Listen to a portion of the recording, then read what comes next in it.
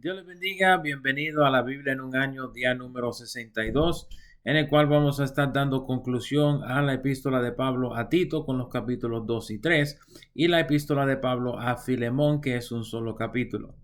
Luego de la advertencia sobre los que querían cambiar la doctrina para acoplarlo a su manera de vivir en el previo capítulo, el capítulo 2 comienza con una amonestación a Tito a mantenerse fiel a la sana doctrina. El primer verso une el pensamiento del previo capítulo con las amonestaciones del presente capítulo.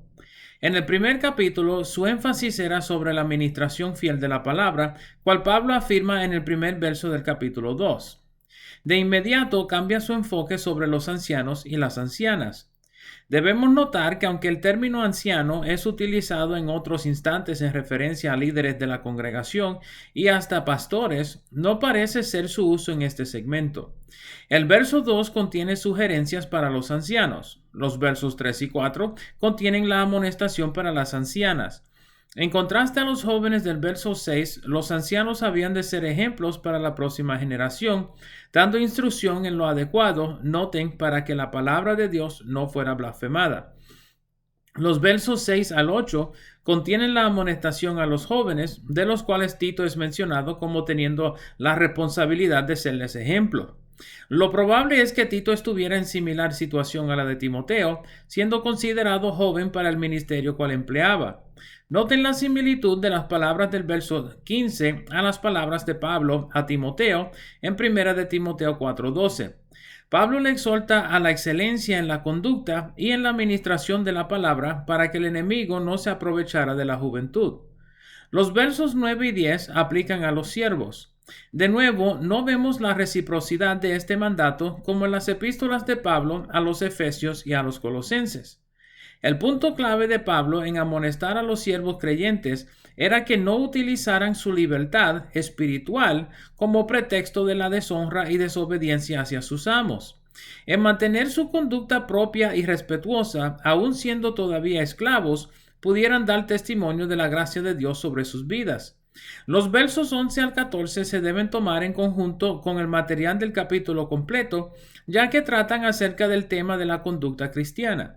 En sus amonestaciones a los ancianos, a las ancianas, a los jóvenes y a Tito en particular, Pablo ha enfatizado el impacto de la conducta primeramente sobre los mismos creyentes y luego sobre los inconversos. En los versos 11 al 14, Pablo utiliza el ejemplo de Jesús para sellar el tema de la conducta.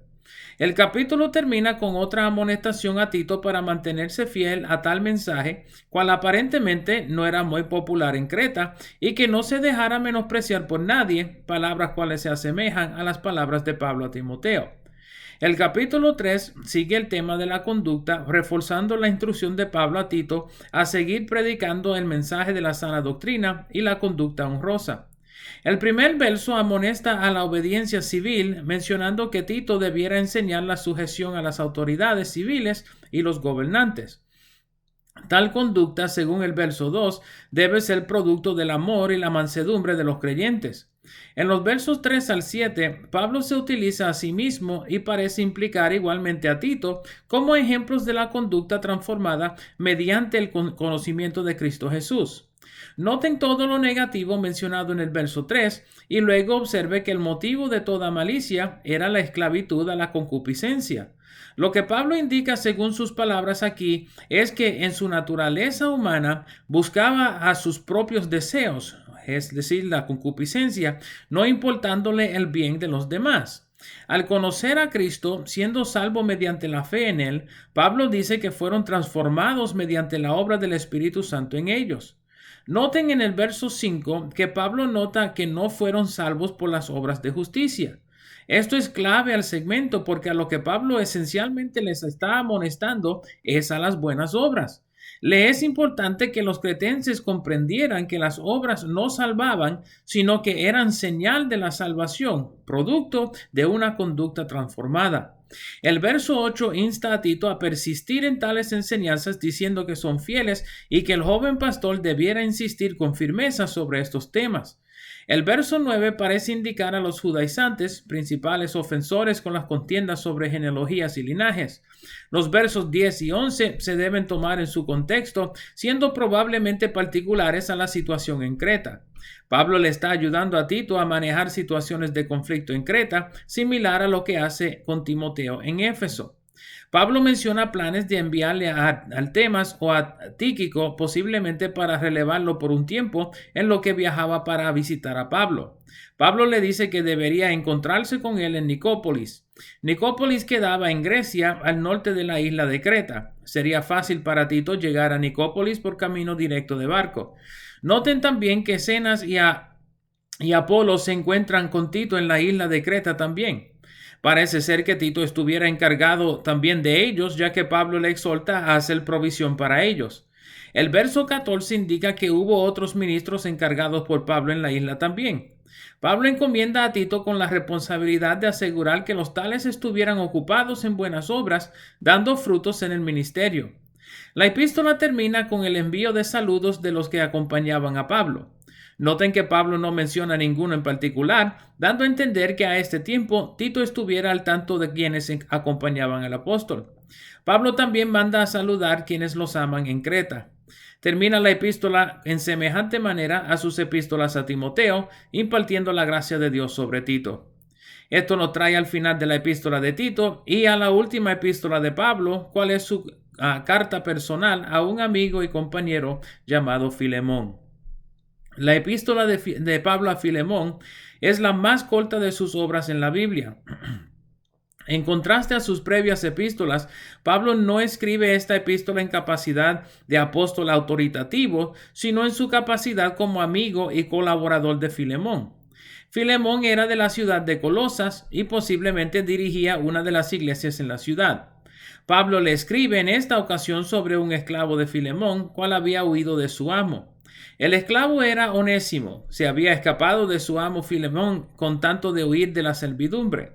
Bajo la ley romana, un esclavo pudiera ser severamente castigado y hasta matado por haberse escapado de su amo. En la soberana voluntad de Dios, Onésimo se había encontrado con Pablo en su huida, habiéndose convertido a la fe cristiana y unido al ministerio de Pablo. Pablo envía a Onésimo de regreso a su amigo, suplicándole misericordia en cuanto a Onésimo. La epístola parece haber sido escrita al momento de la epístola de Pablo a los Colosenses y enviado junto con la epístola de Pablo a los Colosenses, enviado con Tíquico a la ciudad. Eso lo pueden ver en Colosenses capítulo 4, versos 7 y verso 9. La epístola abre con un saludo de Pablo junto a Timoteo, dirigiéndose a Filemón como colaborador y saludando a Apía como amada hermana y a Arquipo como compañero de milicia. Lo probable es que Apía fuera esposa de Filemón y Arquipo su hijo. Noten que la iglesia en su casa es dirigida a Filemón y no a Arquipo. En buena forma de amonestación, Pablo comienza su epístola con elogio de Filemón y de la obra que ha hecho en Colosas.